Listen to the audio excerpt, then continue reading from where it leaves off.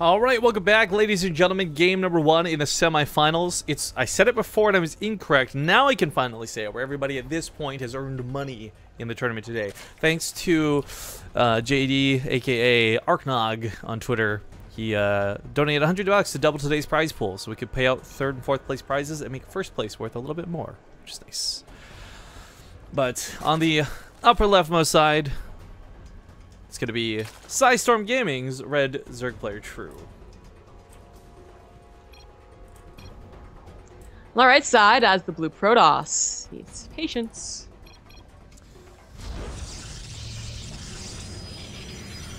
And, okay, so, no idea what they're saying, but the thing about Patience and True you guys have to understand, even though I can't read a lick of what they're saying, is they're really good friends. They were on a team together for a very long time, and anytime we've seen them play against each other, it's actually been pretty silly. You know, shit like you'd see Partying versus Patience or True would happen too, where these guys are good friends.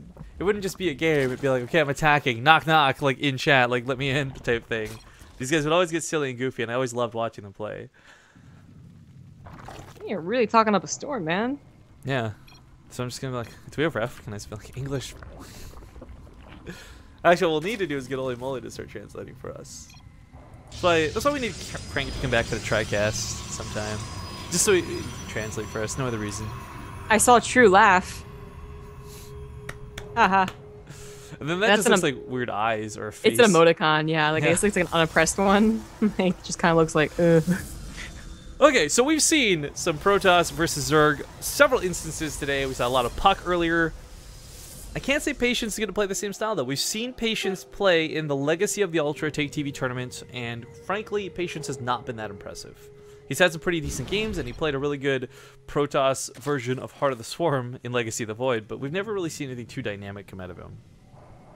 No. He has a tendency to fall back to Immortal Adept as well. The one thing he's figured out. This is kind of what I was talking about, guys. They're silly. Yeah, I want to talk about the game a little bit, but you know, my favorite memory of Patience is when we saw him at Home Story Cup, and he was trying to learn how to play poker. And yeah. Patience, if you guys have never seen him, is just this adorable, very gentle Korean guy in real life. Big glasses, big eyes type thing, and he's trying to learn to play poker with myself and Zombiegrub, and Party is there kind of coaching him. Party's like yelling at him, right? Patience has got like 2 cards in his hands. He's like no idea what to do, and I'm telling him like use the poker chips. So he puts in a €1 coin to the table very slowly and meekly. Like it's just, I love Patience. Yeah, he's pretty cute. He just keeps saying hi to you. Yeah, he doesn't speak much English. Yeah, I think he said hi to me like 50 times at Home Story. Hi. Yeah, that's one thing he knows. So there we go. Again, we do have both Robo and Twilight Council, so potentially an Immortal Adept all in. A lot more gateways coming down as well. This actually pairs up really nicely with what True is doing. So inadvertently, it is a counter, or so we've seen. I mean, we don't have a list of 50 games of these exact build orders, because there's not that much Legacy of the Void. But of like the 2 games I've seen these builds cross paths, usually the Protoss player wins. But that's also if they have like pylons in the back to overcharge, which Patience doesn't have quite yet. He doesn't realize what's going on.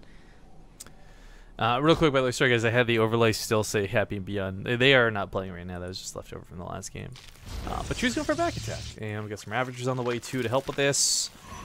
I mean, this situation on Bridgehead just seems to be the case every single time. Yeah. That's why you need a lot more pylons back here. Ones that are spread out as well.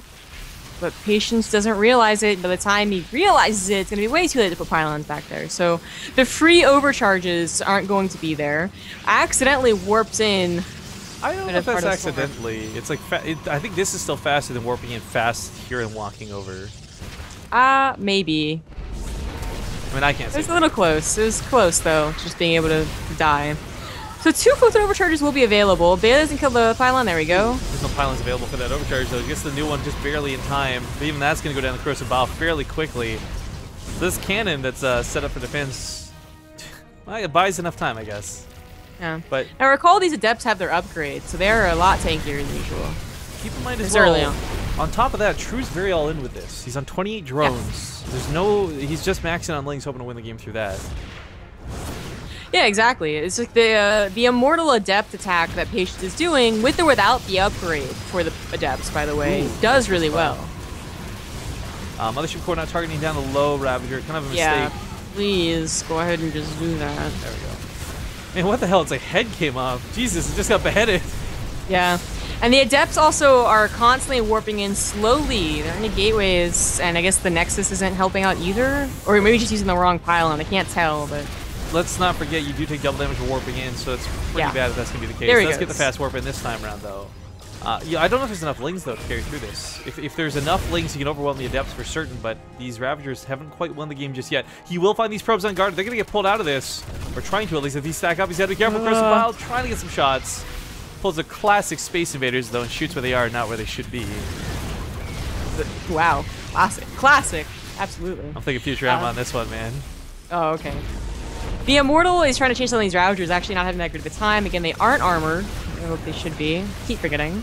Adepts trying to take care of the Natural as well. This is where things get really dicey, is the Ling floods that follow this up once you've broken down the wall. The probe count has been equalized for True's drones, but still I would give a 2-base Protoss about to attack you with a decent economy over the, True, who is starting to lose out, really, with his composition and needs a drone pretty hardcore now. As long as Patience attacks, but Patience actually isn't going to attack. He's going to try and do something a little sneakier.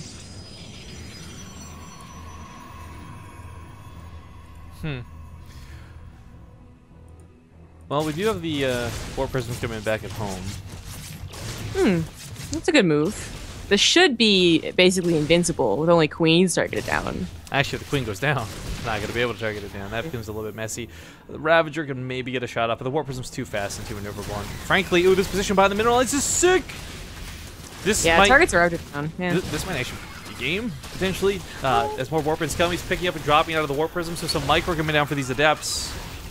I can't get a big more roaches are on the way, but they're very tanky Adepts. If they would just focus on the drones and not even shoot, there we go, starting to rally the attacks here. Like, he really doesn't need to focus on the roaches at all. If he had killed a lot of drones through this would put him massively far ahead. DT's coming up behind this, no less. Big thing is, no Overseers, no Spores. That's the scariest thing, and that's something that he's, obviously checking. He probably feels pretty good about these DTs. And the question is, do I warp him in with a Warp Prism, or do I run him across the map? Which one's gonna... One's sneaky, one's not, but both have the potential to do damage. Warp Prism does start getting pulled back. Man, it's crazy. Like, you always underestimate just how much damage a Queen can do. But there's the DTs. Recognize this immediately, and Overseers do start, but there's nothing to snipe them out of the sky. The Immortals here are also going to be a little too much, and frankly, I think Patience just has too good of a composition for True to deal with. Yeah, I agree. DTs could probably be, like, chasing somewhere else. They do morph into an Archon, actually. Not a bad idea. Immortals have not had to burn their shield yet, though. True knows this as well. GG is going to be called, and Patience will take game number 1. Woo! I don't want to say that's a build order counter. It's certainly not a hard build order counter, but it is kind of a soft one. You have everything you need to take care of Lings and Roaches. The Ravagers, while scary, aren't that scary. Just Immortal and Adepts, especially upgraded Adepts. You're good. I think for True, too, a little bit, like, that attack worked so well earlier when he tried to pull it off versus Puck. Just probably didn't expect Patience to hold that so well. And I really do wonder if that was the difference of the shield upgrade or not, or what exactly made that such an easy hold versus a devastating game loss. But well done by Patience. What I'd like to see, too, in these games is there are elements of the matchup right now that are broken for balance, safe to say. But it's cool to see him not really use... Like, Patience just played that out well. We didn't see him do some sort of weird depth rush that wasn't, like, quasi-all-in. Like, he actually played that out. And what I like about that is that will transition over to when things get nerfed, when things get taken apart or taken down. And, well, I don't know, we'll see. Terraform is going to be the second map. It's going to get Tick TV casters in here as well.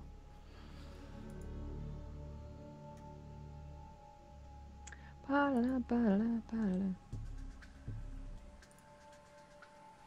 so quick reminder for anyone who's just joined us on the stream. The winner of this will go on to fight against Beyond in the Grand Finals. And truth be told, we have seen both of these players lose to Beyond in Heart of the Swarm for finals. We've seen lots of people lose to Beyond.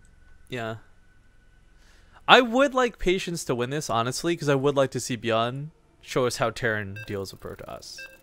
Not that it would take an Archon mode level of control to mimic Beyond's solo control, but still, cool to see. Terraform though, guys. We'll see you in a sec.